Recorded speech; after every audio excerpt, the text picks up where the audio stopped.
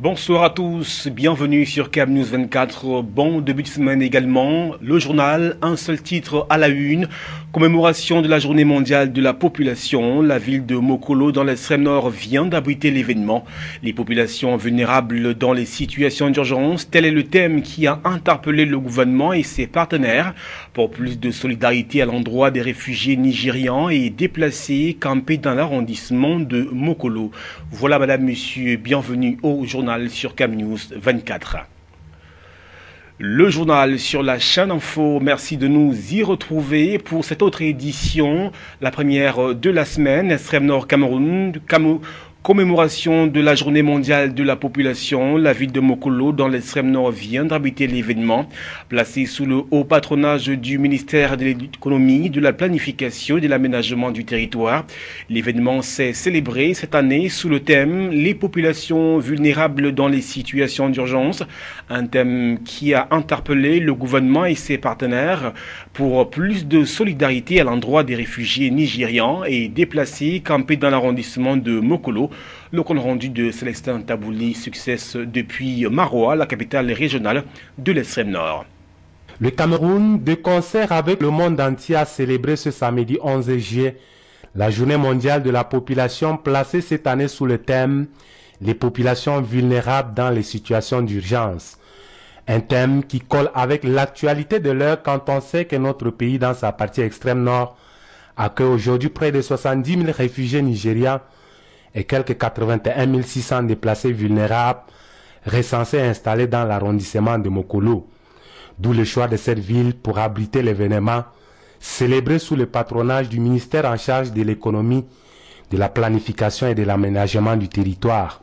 Dans son intervention de circonstance, la directrice exécutive du Fonds des Nations Unies pour la population a indiqué que dans le cadre de la protection des réfugiés et déplacés, des actions ciblées devront être poursuivies au profit des femmes et enfants qui sont les plus exposés dans les situations d'urgence.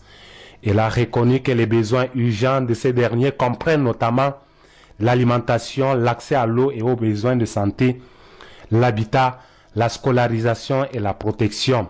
Barbara Sow a souligné que la commémoration de cette journée est l'occasion de manifester la solidarité aux côtés du gouvernement et d'intensifier le soutien à toutes les personnes qui se sentent très isolées et abandonnées et rendues très vulnérables.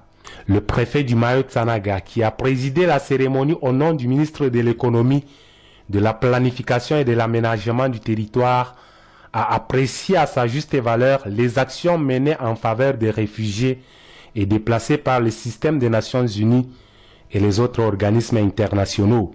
Raymond Roxbo a, au nom du ministre, dit l'engagement du gouvernement à intensifier le soutien à toutes les personnes qui vivent aujourd'hui dans la précarité.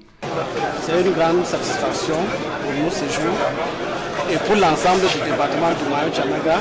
Il faut réaliser que l'ensemble de la communauté nationale, les partenaires au développement sont derrière nos populations qui subissent depuis quelques années les affres de Boko Haram. La cérémonie de Mokolo a vu la participation des ministres Zakari Perevet et Adoum Gawa qui sont venus témoigner leur solidarité aux personnes vulnérables. Toujours dans la région de l'extrême nord Cameroun, sous bassin Chari Logon, une plateforme transfrontalière chargée de la gestion des ressources naturelles mise sur pied, composée de 10 personnes. Le bureau a été adopté à l'issue d'un atelier de 3 jours organisé par l'Union internationale pour la conservation de la nature. Le compte rendu de Célestin Tabouli, Success, une fois de plus. Composé d'un président et son vice, d'un secrétaire général et son adjoint, d'un trésorier et son adjoint, d'un responsable de l'information et de la communication, d'un conseiller juridique et de 2 commissaires aux comptes, le bureau de la plateforme transfrontalière du sous-bassin Chari-Logon a été adopté au terme du consensus. C'était à l'issue d'un atelier de 3 jours qui a vu la participation d'une 60aine de participants venus du Tchad et du Cameroun. L'objectif des assises était, s'il en était encore besoin de le rappeler, de faciliter la coopération entre les différents acteurs du sous-bassin Chari-Logon à travers la mise en place de cette plateforme chargée de la gestion des ressources naturelles. Un atelier qui s'inscrit dans le cadre de l'accompagnement de la Commission du bassin du lac Tchad, CBLT, à travers l'Union internationale pour la conservation de la nature, à la mise en place des cadres de concertation multi-acteurs entre les deux pays et un comité transfrontalier dans le sous-bassin. À l'issue de celui-ci, les participants ont formulé 2 recommandations. La première étant que la plateforme transfrontalière créée soit capitalisée par la CBLT dans le cadre du programme BRIS et qu'elle s'inscrive dans un processus afin de s'arrimer aux engagements de celle-ci. La deuxième stipule que l'UICN accompagne cette capitalisation par la CBLT et appuie en temps de besoin la plateforme dans le court et moyen terme. Aussi, une feuille de route et un plan d'action stratégique pour les 3 prochaines années ont été adoptés. L'atelier était présidé par le secrétaire général des services régionaux, Louis-Florent Ribouem Amungan, représentant personnel du gouverneur, 2e commissaire du Cameroun auprès de la commission du bassin du lac Tchad. L'actualité dans la région du centre à présent, mérite international de la jeunesse. Le Cameroun dote le bureau national de nouveaux responsables. Cette équipe de 100 jeunes dirigée par Emmanuel Sani a été officiellement installée dans ses fonctions ce 13 juillet 2015 à Yaoundé par le ministre de la Jeunesse et de l'Éducation civique, Pierre Ismaël Bidonkwat, bien évidemment. Pour le ministre Bidonkwat, l'avènement de ces nouveaux responsables à la tête du bureau national du mérite international de la jeunesse rentre en droite ligne du processus de réorganisation du mouvement associatif jeune au Cameroun, dans la perspective de la rendre plus dynamique et plus apte à assurer l'encadrement de proximité des jeunes.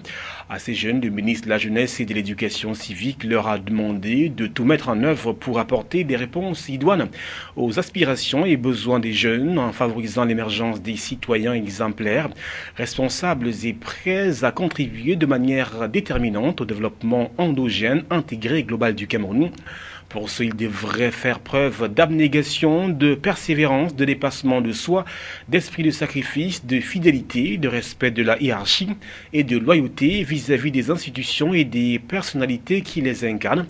À court terme, il leur a été recommandé de prendre toutes les dispositions urgentes et appropriées pour assurer le fonctionnement harmonieux du mérite international de la jeunesse sur l'ensemble des dirigeants du pays. Je vous propose d'écouter Emmanuel Sani. Il est le directeur national du nouveau bureau. En créant ça en 1956, le but c'était de toucher les jeunes défavorisés, c'est toucher les jeunes scolarisés, c'est de leur donner une opportunité à travers le programme qui est divisé en 4 sections, de se découvrir, si je peux dire ça comme ça, de se découvrir et de se dépasser.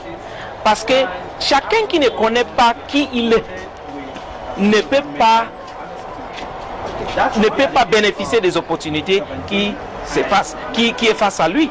Donc le jeune qui connaît que lui il a la compétence, il est footballeur, il peut jouer le football, il peut bien jouer le football. Comment est-ce qu'on peut l'aider à bien jouer le football? Mais surtout en jouant le football, de savoir que quand je joue le football, c'est au service de la nation.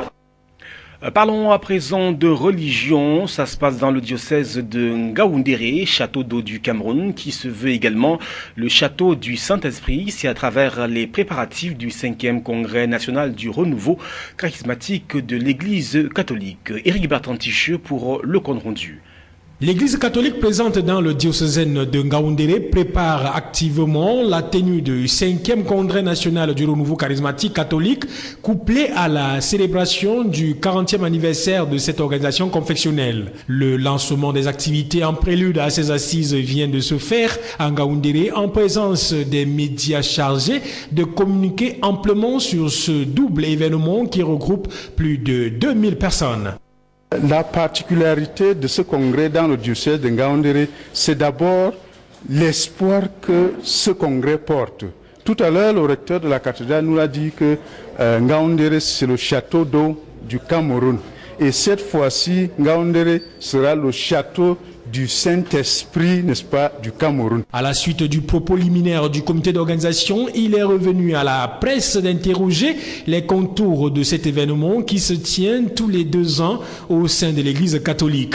Un jeu de questions-réponses qui a permis de relever que les activités de ce rendez-vous spirituel seront consacrées pour la plupart aux célébrations ecclésiastiques, aux enseignements, aux prières assorties d'une journée jeûne. Comme je l'ai dit tout à l'heure, tous les moyens, n'est-ce pas, toutes les dispositions sont prises pour que ceux qui viendront pour ce congrès soient bien accueillis et participent effectivement et fructueusement à ce congrès. Pour les organisateurs, toutes les commissions sont à pied d'œuvre pour le bon déroulement de ce congrès. Nous avons déjà, toutes les commissions ont travaillé. Au niveau de la logistique, tout a déjà été fait. Je dis que nous avons déjà pris tous les contacts. Les bâches qu'on va mettre là au niveau de la cathédrale, les toilettes, nous sommes en train de tout apprêter déjà. Et au niveau même de la nutrition, nous avons déjà pris des contacts également, comment les gens seront nourris. Nous avons déjà contacté les services de santé et même de sécurité à travers les autorités de la ville pour que justement tout soit sécurisé et que les choses se passent dans de très bonnes conditions. Le dernier en date s'était tenu à Bamenda dans le nord-ouest. Par ailleurs, les médias ont été informés de la présence d'autres confessions religieuses, dont les musulmans, les protestants, en vue d'une prière œcuménique pour la paix au Cameroun, en Afrique et dans le monde. Du sport au bas de ce journal, football, 515 millions de francs CFA pour la Ligue de football professionnel du Cameroun. La somme remise au président de la Ligue vendredi dernier est issue des retombées de la participation du Cameroun à la Coupe du monde foireuse de football Brésil 2014. Michel Atiba. 515 millions de francs CFA, somme arrêtée par le comité de normalisation et destinée aux clubs amateurs, des ligues régionales de football, du football féminin de 2e division et des clubs qui ont pris part à la Coupe du Cameroun 2014. La cérémonie de répartition des fonds s'est tenue au siège de la FECAFOOT vendredi dernier. En présence de ses membres, le comité de normalisation, à travers son président Joseph Owona, a annoncé d'autres projets. Les centres régionaux, les aires de jeu, la construction des ligues régionales de football et bien d'autres. Au total donc, 2 milliards de francs CFA sur les 4 milliards reversés à la FECAFOOT par la FIFA après la Coupe du Monde 2014.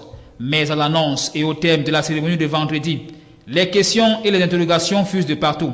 Parmi ces, le pouvoir que le comité a d'initier les projets dont il n'assurera pas la continuité.